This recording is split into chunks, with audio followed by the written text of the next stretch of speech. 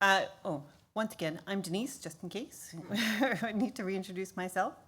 And we're going to talk about the academic calendar and your degree requirements and all the components that go into earning your degree from the Faculty of Arts and Science. Okay, so there are two main documents that we're going to spend a lot of time on today. One is the academic calendar, which is this. The other is the timetable builder. And those two main documents, they used to be printed. When they were printed, they were 1.5 inches thick on like newspaper, paper. It's a ton of information. The academic calendar has all the information about your available programs, the hundreds of programs Donald mentions, the thousands of courses that we have, your rights and responsibilities as a student, degree requirements, which we're going to spend the rest of the time talking about here today, rules and regulations, so on and so forth. Okay, it's a really comprehensive document, so lucky for you, you have associate registrars in the registrar's office who can help break it down for you. All right, for the remainder of this talk, we're really going to be talking about the degree requirements in the upper left-hand corner. So if I click on that link, I get to a page that looks like this. There are 3 different degrees offered in the Faculty of Arts and Science: Honors Bachelor of Arts, Honors Bachelor of Science, or Bachelor of Commerce. For the purposes of the slides, I am going to go through the Honors Bachelor of Arts, Honors Bachelor of Science degree requirements. But don't worry, my commerce friends, because I know you're here in the audience as well. There's really only one difference for commerce students. And when we get to that one difference, I'll point it out to you so that you know what it is. Okay, so I click on that link for Honors Bachelor of Arts, Honors Bachelor of Science. I get to a page that looks like this. There are 5 degree requirements. That's it. All you have to do is do 5 things, and then you can earn a degree from the Faculty of Arts and Science. I will go through each of these 5 degree requirements one at a time, so hopefully it'll make more sense to you by the end of the day. So starting with number of credits. In order to earn your degree, you need to earn a minimum of 20 credits in the Faculty of Arts and Science, or 20 credits. All of our courses here are valued at a half credit or a full credit, and you take a combination of full and half credit courses to make 20. You might be wondering, how do I know what the credit value is? Well, it's in the course code. Here's an example. All course codes have 8 characters. The first 3 letters of a course code will tell you the department that the course is offered through. So in my examples here, INI 100, Innis 1 course, Cinema Studies, Cin 105, Cinema Studies course. If you were taking an English course, it would start with ENG, Chemistry, CHM, and so on and so forth. The next 3 numbers will tell you the level of the course. I'll get into that detail in the next slide. The next letter will either be an H or Y. H means the course is valued at a half credit, a Y means the course is valued at a full credit. And the last number 1 at the end of the course code indicates the course is taught here on the St. George campus. There are 3 campuses, as Donald mentioned, associated with the Faculty of Arts and with the University of Toronto. Scarborough and Mississauga are the other 2 campuses, and their course codes also have 8 characters, but they end in 3 or 5, depending on if they're offered in Scarborough or Mississauga. Okay, so if you are looking to graduate in 4 years, if you need to earn 20 credits, you may have worked out, you might want to take 5 credits per year to do that. But you don't have to. You could take fewer credits if you wanted to. Frankly, you could take 1 credit a year, half a credit a year for 40 years if you wanted to. The university doesn't put a limit on the number of credits that you need to take each year, or the number of years that it might take you to graduate. And everybody's chuckling, and all the parents are elbowing their kids saying, don't do that. So to be considered 100% enrolled, you need to take 5 credits per year, but to be full-time is just 3 credits per year. So you can take also up to 2 credits in the summer if you wanted to. You can take up to 6 credits during the fall and winter session. We don't recommend that you do that. It's a ton of work. It's considered 120% enrolled, and it just puts undue pressure on you. 5 credits is great, 100% enrolled, and then we'll talk through in the next session as well. There are opportunities to drop courses throughout the semester if you feel like it's too much, and so on. Okay. Oh, I should mention that we have runners available with microphones. If you have questions, you're welcome to raise your hand, and then the runner will come down and hand the microphone to you. I should have some time at the end of this presentation to have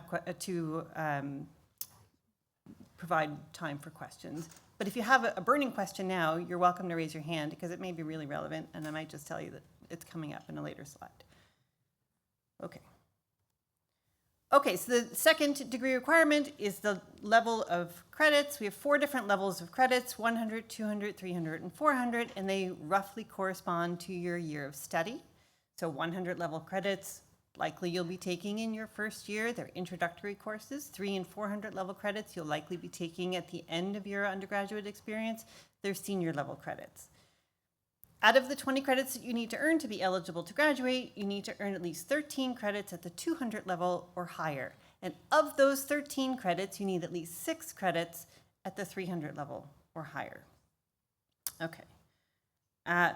You might be wondering, how do I know the course level? It's also in the course code. Okay, so back to our examples.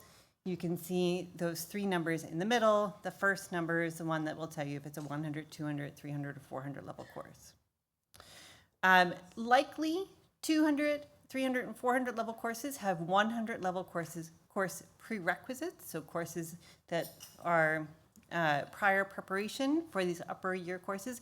But there are some 200 level courses that are also introductory. So just look at the course title, because you may be able to take some 200 level credits in your first year, which is relevant maybe if you're coming in with AP or IB credits or GCE credits, because those credits will be at the 100 level. So if you're coming in with 3 APs and you take 5 credits at the 100 level in your first year, that's already 8 credits at the 100 level. But you still need 13 at the 200 level or higher. Totally fine, but it does mean that at the end of your undergraduate experience, you'll have to have 21 credits. Does everyone follow my math? Okay. Okay. Moving along to the next degree requirement, your program. Your program of study, some people call it a post. It used to be known as a post. Really, we're trying to use the term program. Now, it's a grouping of courses from one or more discipline. This is your academic focus. This is what, when people are asking you, oh, you're going to U of T, what are you going to study? This is the answer to this question. My program. My program is either a specialist, major, or minor. We have 3 different levels here, and at the root of it is the difference among the 3 options is the number of credits that are required to complete it. So if you're pursuing a specialist, you're specializing. It requires the most number of credits out of that 20 to complete the requirements for that program. You're really diving deep into the subject matter. You could choose to pursue a major. A major requires between 6 and 8 credits, so fewer credits than a specialist, or just to get a taste of or basic understanding of the subject matter, you could choose a minor. A minor is just 4 credits. So we have 3 different combinations that you can choose, and this, my commerce friends, is where the difference is. You have 3 different combinations of how you can combine specialist majors and minors to earn your degree. You could choose one specialist, highly focused in that one area. Or you could choose to pursue 2 majors, so 2 different majors, or a major plus 2 minors. This is at minimum. You could do more than this, but the minimum combination is 1 specialist or 2 majors or 1 major plus 2 minors. And for the commerce students, you only have the option of a specialist. So 3 different specialist options, and you have to choose one of those 3. You don't have to decide now what it is that you want to do. You don't have to decide your major. There's nothing to declare today or at course enrollment, but it's a good idea to have a couple of different programs in mind, because many of your programs have first year required courses that you'll want to make sure that you take in your first year. And lots of programs are limited enrollment, meaning that the department has put some criteria on admission to those programs. So taking certain courses or earning certain marks in certain courses. We're going to cover this ad nauseum in the next session in the timetable. But anyway, just so that you have an idea of how it all works. All right, so back to the calendar homepage. To find out what programs we offer, they're listed for you alphabetically, which is really handy. If you click on this link, you get to an alphabetical listing that has all of the different departments. And if you click on those links, then you'll see the different programs that each department offers. So here's an example. If I go to C for Cinema Studies and click on Cinema Studies, you'll see a bit of an introduction about what the department is about, maybe some opportunities you can find within the department, maybe some career options that would be available to students who would be pursuing this as a program, contact information. That's a different Denise, that's not me. Contact information for the department. Every department has an undergraduate administrator who's intimately familiar with the program and the courses that they offer. And then the options. Cinema Studies has a specialist major and minor, but not every program does. Writing and Rhetoric, which is Innis' other program, is only offered as a minor, for example. So you need to use the calendar to see what's offered. Okay, the fourth degree requirement. Boy, we're flying through this.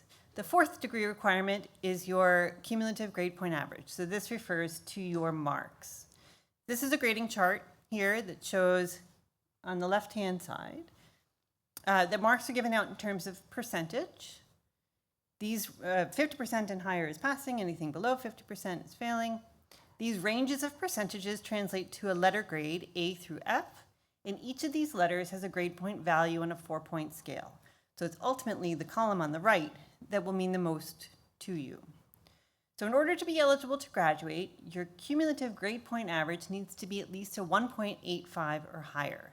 So your CGPA is calculated, it is the sum total of all of your grade point values divided by the number of credits attempted.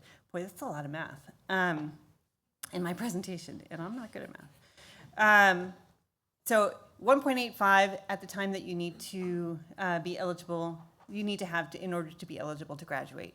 At all times, to be in good standing, the university expects that you maintain a 1.5 or better. Your cumulative grade point average is calculated for the purposes of academic standing at the end of each session. There are 2 academic sessions per year. Fall plus winter is one, summer is the other. At the end of each of those sessions, your CGPA is calculated for the purposes of academic standing, and to be in good standing, the university wants you to have at least a 1.5 or better. I won't go into the details of what happens if it's not 1.5, because I'm sure we won't need to talk about it, but should that come to pass, come see us in the registrar's office. Okay, the last degree requirement is the breadth requirement. So this is a way to ensure that students take courses from across the breadth and scope of the Faculty of Arts and Science. All of the courses that we offer in the faculty are slotted into these 5 broad subject headings.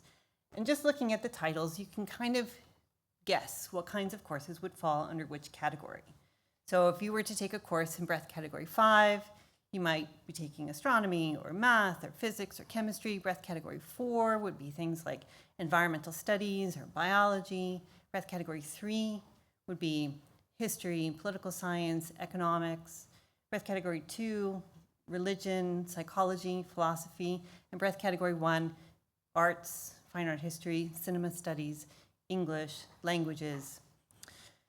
In the course of your 20 credits, you need to earn, to fulfill this breadth requirement, 1 full credit in 4 out of the 5 categories, or 1 full credit in 3 out of the 5, plus a half credit in each of the other 2. So it's 4 credits either way. You have 2 different ways to do it. If you wanted to avoid one category altogether, for me, that'd be breadth category 5, despite the number of mathematical equations I've already given to you. Then you would just make sure you took 1 full credit in each of the other 4 categories. All right, so this does not need to be done in first year. So lots of students worry about, oh, I got to fulfill my breadth requirements right away. You don't. Courses, and this is important to note, courses that you take towards your program also contribute to the breadth requirement. So let's say you were interested in an economics major. Well, in year 1, you have to take a full credit of economics courses and a full credit in calculus. Well, calculus is your breadth category 5, and economics is your breadth category 3. That knocks off 2 breadth categories already, and you didn't even try. So it's not, lots of times students fulfill their breadth requirements without even realizing it. It's just something that you need to be aware of. Okay, so if I'm in the academic calendar and I go to a department and I list the courses for the department, then I click on the course, I'll find a description that looks like this. And at the bottom of every course description, you'll see the breadth category that the course falls under. So for example, ENG 198, which is one of Innis's first year foundation courses, it falls under breadth category 1. History 101, this is an interesting course. Can anyone tell me, is this a full credit course, a half credit course? Full, yes, thank you, because of the Y as the second to last character. This course straddles two different breadth categories. It counts as a half credit in breadth category 2 and a half credit in breadth category 3. There are a few of those courses. They're all full year credits that would count. I think anthropology is another one. Question, yes, wait, Michael.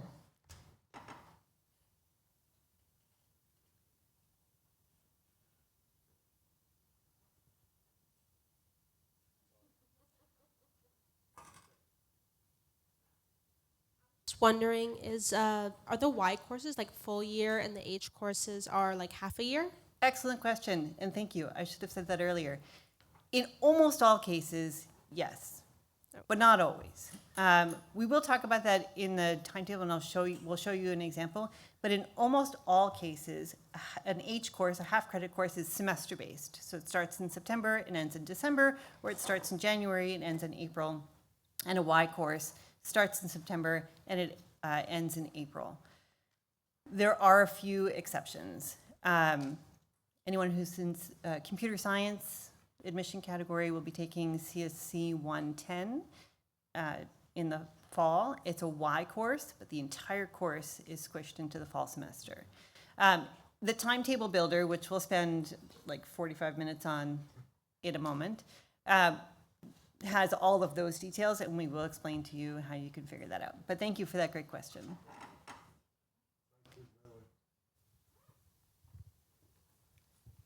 Yes. Thank you. So what's the difference between the S, L, and T under the hours portion?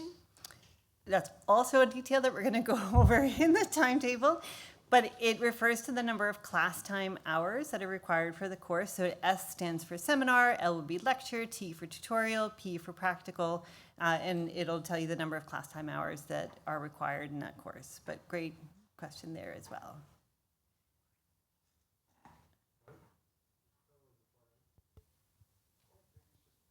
Do you have a question? Yeah, no, okay. All right.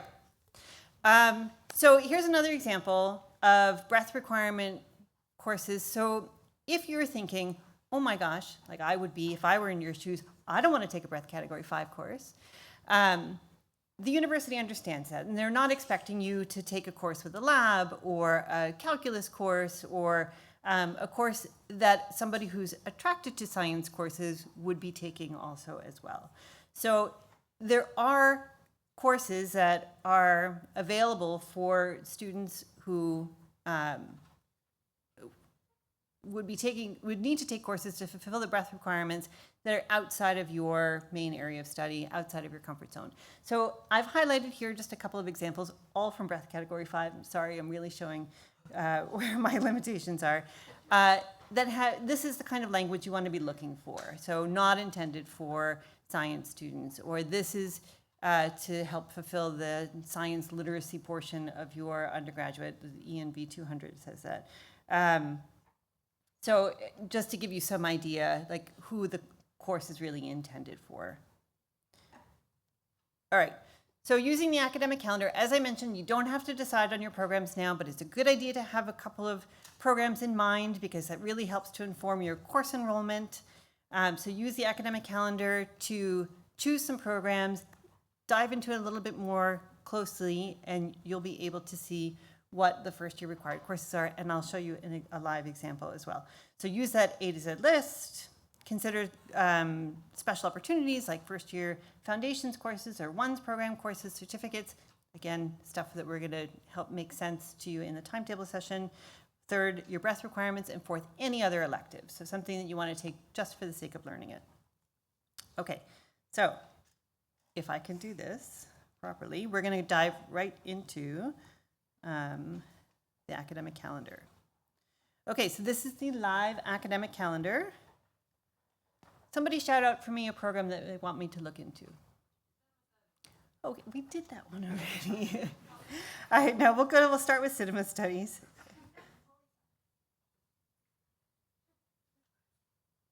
So cinema studies, okay, excellent. Cinema studies, as I mentioned earlier, has a specialist major and a minor. If you were interested, we'll just choose the major to start with. It shows you it's a limited enrollment program, which is a clue to tell you that there are some required courses that the department wants you to take before you can be eligible to join the program. And here's what they are. CIN 105, the 100 level course, or CIN 201. So you make sure in your first year, among the 5 credits that you're going to be enrolling in, you want to make sure if you want to be eligible for cinema studies to take CIN 105 in your year 1. Another example. Ethics, Society, and Law. Oh, that's a complicated one. Thank you.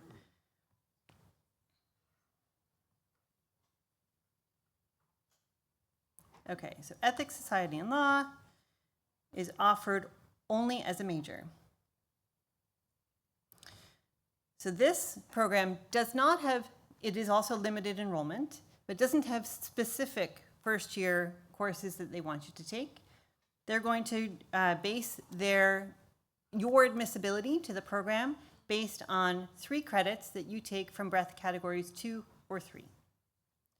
So I can highlight, can't highlight, oh I can. 3 credits from breadth categories 2 or 3. So we talked about the breadth requirements and how you can find which category the breadth category the course falls under. Just make sure among your 5 credits that you take at least 3 credits in breadth categories 2 or 3. Okay, I think we have biochemistry. Okay, all right, we'll go for biochemistry.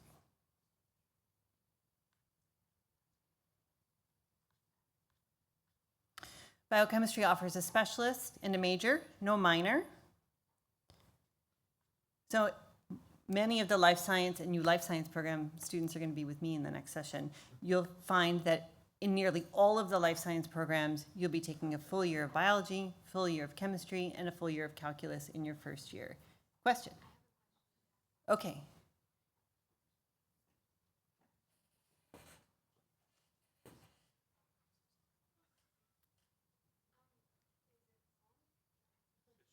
It is on? Okay. This might not be relevant for everybody, but like I'm a transfer student. Okay. So I was wondering like if how that kind of works very briefly. Okay, so Very briefly, just very briefly, like in terms of like enrolling for majors, how if that transfers. So transfer students do not have to select their majors before you start enrolling in courses. You can, but you don't have to. You can wait until the end of your first year here in order to apply for a program. So depending on if you have transfer credits already and you already know what they are and they are relevant to the program that you want, you can apply now. But if you have transfer credits, but you still need to take some first year courses to make you eligible for the program that you want, then you can take those courses in your first year and then apply at the end of first year. Perfect. Thank you. You're welcome. All right, so I think we get the idea of how the calendar works. All right, cool. See if I can go back to, amazing. Okay, to summarize, choose a few programs in which you may be interested, because as you saw, there are some first year required courses for many programs.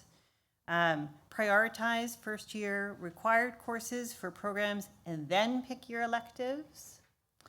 Rank your chosen courses in order of priority, because enrolling in your courses on July 17th is your course enrollment day, and enrolling in those courses will be competitive because there are many new students coming in, many of whom would like the same courses that you do. Balance your course load for both terms. If you're planning on taking 5 credits a year, take 5 courses per semester. And then connect with the departmental representatives, as I showed you in the academic calendar. under the department listing, you can find the undergraduate administrator for each department. Use your registrar's office. This is what we're here for. You help keep us employed. Contact us via email, registrar.innis, talk to Jack. Call our main number. We're here to help. Okay, any other questions? We've never been this early in our scheduling. Charlie. I'm coming. Sorry, Michael, we're making you work. So I have a question that is based on, let's say, what somebody might think is a wrong choice in their first year. So let's do the cinema studies example. So you think you're going to major in, say, English and poli-sci. You take courses to prepare you for that, but then you take, say, a first-year seminar in cinema, and you're like, I really like that. Now I think I want to be a cinema studies major, but I haven't taken 105. How do you catch up without falling behind for that kind of program choice? And that's Okay. just an example. It could happen in any number of different programs. Okay, so, good question.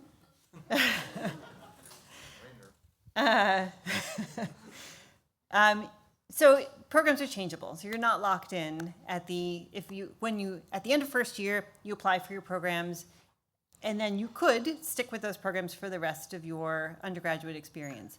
But if you take a seminar course and you think, oh wow, there are other programs here that I think I might have liked, you can take those first year courses in your second year or during the summer if they're offered in between the fall and winter semesters, and then apply for the program at a later point. So either at the end of the summer or at the end of your second year, and you can change things around. So you're not locked into, nothing is set in stone.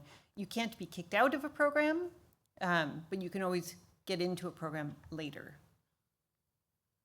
Okay, question here. Oh, Theo, somebody for you. My question is, if you want to do the Innis first year foundations program, how does that factor into fitting with all of the other requirements that you have to meet? Great question. We're going to cover that a lot in the timetable session, but there are many special opportunity courses like first year foundations, ONES programs.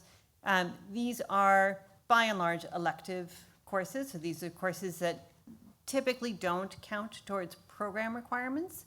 So you would enroll in the ONES program courses or first year foundation courses along with your other courses in your first year. We recommend for first year foundation courses that you take a maximum of 1 credit of first year foundation courses. So don't load up your whole 5 credits with first year foundations because they largely don't contribute towards program requirements. But so start with your programs and then find some first year foundations. So to explain for everybody else who's may not be familiar with first year foundation courses, these are small seminar style courses that are really intended to help bridge the academic experience between high school and university. Some of your university courses might be a little larger than you expect, might be a little bit more academically intense than you would expect, and the first year foundation courses are there to help introduce you as a gentle introduction to university style learning. So they're seminar style, they're limited in class size to just 25 students. They're on a hyper-focused topic. There's typically not a final exam for the course. Usually it's course or project-based kind of evaluations in the course. There's a lot of discussion, group work. So first year foundation courses would be a fabulous opportunity for first year students, and we definitely recommend that you choose them. There'll be lots more information in our timetable session about ONES program and first year foundation courses. Yes, Donald. Okay, so clearly my presentation is lacking more things to add. So with the program requirements, as I mentioned, that you want to make sure that you take program requirements to be eligible to join a program. No program will require more than 3 credits. So if you're planning on taking 5 credits per year, but you're worried because you're thinking, oh, well, I need to make sure that I take enough courses in my program to meet the admission requirements. Don't worry, because no program will require more than 3 credits for you to take in your first year. And many programs have overlapping requirements. So for example, with the life sciences, that biology, chemistry, and calculus that I showed you from the biochemistry example is pretty much the admission requirements for nearly all of the life science programs. And so you can take those 3 courses and make yourself eligible for a variety of programs. Okay. Oh my goodness. Jason's got a question. You guys should know the answers to these questions. Yeah, I know all the answers. I feel like after Charlie's question, I want to ask you something like, what's your favorite flavor of ice cream or something, but I won't. I have a real question. So let's say I'm a first-year student. I'm taking a course I've never taken before, a new area for me. It's not going as well as I want it to go. What can I do? And who do I go talk to? Okay, well, so it's certainly recommend that you would start, I feel like I'm in an interview, my gosh. We would recommend that you start with your registrar's office. So if the course isn't going as well as you expect, and you're not sure, or if you think you need to redirect your plans, or perhaps you were sick for a whole week and it really sets you back on getting your assignments done, or you've missed a midterm, or you just need some extra assistance, start with your registrar's office. Please come in and meet with us, and then we can work out a plan with you. It may be recommending that you meet with our writing center or with a learning strategist, or it may require me or one of my colleagues to write to your professor to explain what's been happening, that you've had the flu for the week and you need a little extra time. Or it may be, let's have a real frank discussion about your pathway going forward, and maybe these courses don't fit into your academic plan, but let's find some courses that do. Students have about 2/3 of the way through the course to drop a course before it becomes a permanent part of your transcript. So the drop date for a fall term course, for example, is not until the 2nd week in November, and the course starts in the 1st week in September. At that point, you should have some idea about how things are going in the course. In between the drop date and the last day of class, there is still even a further opportunity to drop the course, which we'll get into later, because now we're getting really thick into the weeds. But the bottom line is, there are many ways that we can help you manage your transcript and help you manage your progress in a course. Yes.